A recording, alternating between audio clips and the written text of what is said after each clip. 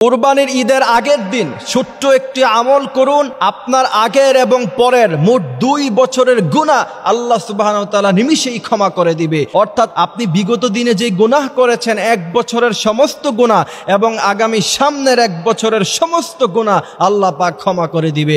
এর চাইতে ফজিলতপূর্ণ হাদিস আমার চোখে আর পড়ে না।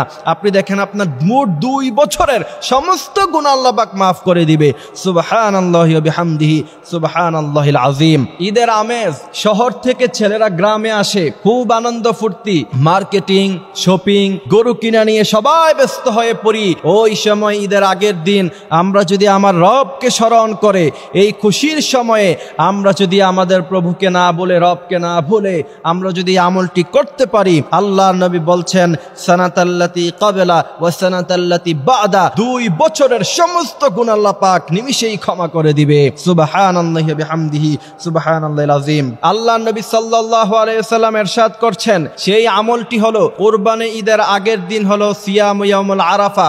ওই দিনটাকে বলা হয় ইয়াউমুল আরাফা, অর্থাৎ হাজিরা যেদিন আরাফার ময়দানে অবস্থান করে। আল্লাহর নবী সাল্লাল্লাহু আলাইহি ওয়াসাল্লাম বলছেন সিয়াম ইয়াউমুল আরাফা আয়াহতাসিবু আলাল্লাহ, যেই ব্যক্তি আরাফার দিনে রোজা রাখলো আমি আমার রবের উপর ধারণা করি আইয়ুকাফফিরু সানাতাল্লাতি ক্বাবলা, আমার রব গত 1 বছরের সমস্ত গুনাহ মাফ করে দিবে, ওয়া সানাতাল্লাতি বাদা, এবং আমার রব আমার 1 বছর পরের সমস্ত গুনাহ মাফ করে দিবে। সুবহানাল্লাহি ওয়া বিহামদিহি সুবহানাল্লাহিল আযীম। এই আরাফার দিনের রোজা অত্যন্ত গুরুত্বপূর্ণ রোজা। আপনি চিন্তা করেন একটি মাত্র রোজা রাখার কারণে আপনার মোট 2 বছরের গুনাহ মাফ হয়ে যাবে। সুবহানাল্লাহি ওয়া বিহামদিহি সুবহানাল্লাহিল আযীম। পৃথিবীতে মানুষ কত গুনাহ করে, হাঁটতে গেলে গুনাহ, বাসে উঠলে গুনাহ, চলতে ফিরতে সমস্ত অবস্থায় গুনাহ হয়। আপনি 2 বছরে কত হাজার কোটি গুনাহ করেছেন তার কোনো হিসাব নাই।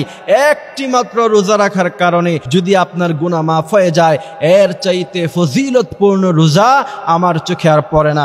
এই জন্য প্রিয় ভাইয়েরা আমার, আমরা যেন সেই রবকে আনন্দের কারণে ভুলে না যাই। আমরা আনন্দের সময় রবকে স্মরণ করব, দুঃখের সময়ও স্মরণ করব। শুধুমাত্র দুঃখের সময় তুমি তোমার রবকে স্মরণ করলে তোমার রব বলবে, যখন তোমার সুখের দিন ছিল তখন তুমি আমাকে স্মরণ করো নাই, সুতরাং তোমার সাথে আমার কোনো সম্পর্ক নাই। এই জন্য অবশ্যই দুঃখের দিনে যেমন আমরা রবকে স্মরণ করি, সুখের দিনেও আমাদের রবকে আমরা স্মরণ করে আমরা যেন এই রোজাটা রাখতে পারি। আল্লাহ সুবহানাহু ওয়া তাআলা প্রত্যেক মুসলমান নর নারীকে সিয়াম ইয়াউমুল আরাফা, আরাফার দিনের রোজা রাখার তৌফিক দান করুক। আমিন।